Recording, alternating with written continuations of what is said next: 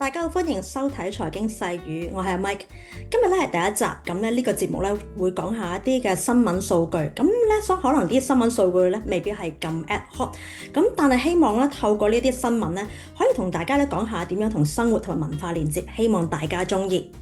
今日第一集先講呢一個先，咁今次咧就講下呢一包手上嘅抹茶粉。我相信大家都知係咩嚟㗎啦。咁抹茶粉啦，除咗可以用嚟製造飲品之外咧，仲可以製造甜品。嗱，其實抹茶咧喺16世紀啦，咁喺日本啦，將呢一個嘅抹茶嘅茶道規範化，咁就形成咗一個日本嘅獨特嘅茶道精神，咁仲可以廣泛流傳。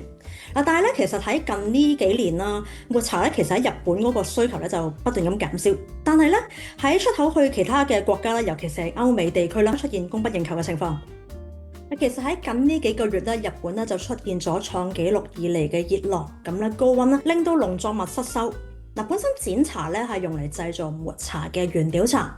喺今年嘅春季啦，咁國際日本茶協會啦就喺呢個專出產頂級抹茶嘅京都舉行咗一場啦係剪茶嘅拍賣會。咁嗰個嘅平均價咧，嗰個嘅成交價平均價咧係大約係每公斤8235日元，咁為翻港紙咧大約係430蚊港幣。咁咧其實都較上年咧就平均咧係飆升咗1.7倍㗎。咁咧同埋咧其實都創咗咧2016年以嚟拍賣價喺每公斤啦4862日元，即係大約為翻港幣啦係254港元嘅紀錄。咁根據翻日本嘅農林水產省數據，咁就講到啦，喺2023年啦，日本抹茶嘅產量啦，大約係有4176噸，咁幾乎咧係2010年產量嘅3倍。咁而喺日本嘅日本茶生產協會嘅數據亦都講到啦，日本喺上年咧2024年咧產出咗大約係有5336噸嘅剪茶。咁就較喺10年前咧增加咗2.7倍。咁呢個協會就話咧，今年剪茶嗰個產量咧係會出現回落嘅情況。咁究竟點解呢？日本人口老化嚴重，咁而家咧亦都唔多年青人咧從事農業，咁令到當地嘅農夫咧出現短缺嘅情況，亦都令到剪茶嘅供應量咧出現短缺。根據日本嘅農林水產省嘅數據就話啦，由2000年咧，日本咧有240萬人咧係從事農業，咁但係咧到咗2023年咧，大幅下跌到一半啊，只係有翻116萬人咧係從事農業。當中咧只有20%嘅人咧係佢嘅年齡咧係大約係60歲以下，咁平均年齡咧係68.7歲。另外，社交媒體大力推動咧，亦都掀起咗全球嘅抹茶熱潮。咁自從新冠疫情以嚟啦，一般人咧都注重咗身體健康，咁認為咧抹茶咧有抗氧化嘅功效，咁咧或者係叫做 superfood。咁亦都咧有網紅啦大力吹捧啦，咁咧單計喺 TikTok 啦，就每日咧就有超過4200萬個嘅貼文，咁就介紹翻啦抹茶嘅食譜。咁啦抹茶嘅熱潮咧，其實喺上年咧特別明顯㗎，大受 Z 世代嘅歡迎。咁咧尤其是咧係歐美地區嘅年輕人，咁好多嘅 cafe 咧都會銷售一啲嘅 matcha latte 啦、抹茶雪糕或者抹茶蛋糕。咁亦都咧根據翻農林水產數據顯示啦，咁包括抹茶在內嘅綠茶啦，咁喺2024年出口總值咧就達到364億日元，咁大約為翻港紙係19億嘅港元，咁按年咧就升咗25%。咁當中咧大約超過40%咧就銷售到係美國嘅。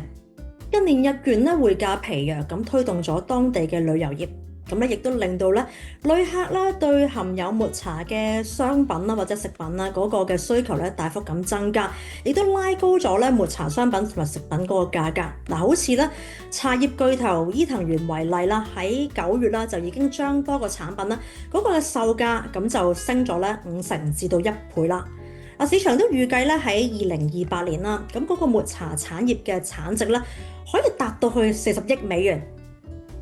除咗喺日本之外咧，中國咧亦都有份出產呢個嘅抹茶。咁不過咧，由於咧喺製作抹茶咧嗰個過程係需時，由採摘啦到去呢個嘅蒸煮，到呢個烘乾，再咧去將佢石磨研磨到去極細嘅粉末啦。其實只係生產大約40克嘅抹茶咧，就需要咧1個鐘頭嘅時間㗎啦。咁喺人手不足嘅情況之下咧，供應短缺嘅情況似乎喺短期咧難以去扭轉。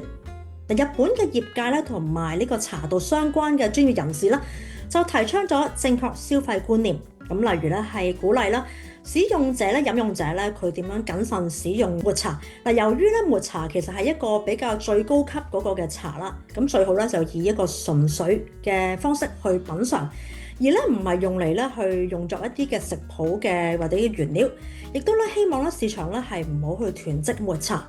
嗱，國際日本茶協會咧亦都鼓勵咧餐飲業咁喺使用咧嚟自後期採收啦，或者係等級較低嘅抹茶。日本茶道源遠流長，核心價值啦，包括係有和敬清寂。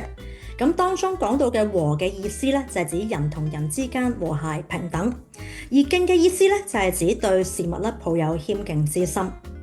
另外咧，日本茶道咧有一個成語叫做一期一會，意思咧就係指人一生咧只有一次嘅相遇，咁今次嘅相遇咧，下次未必會再嚟，咁所以咧應該好好珍惜同埋全程投入。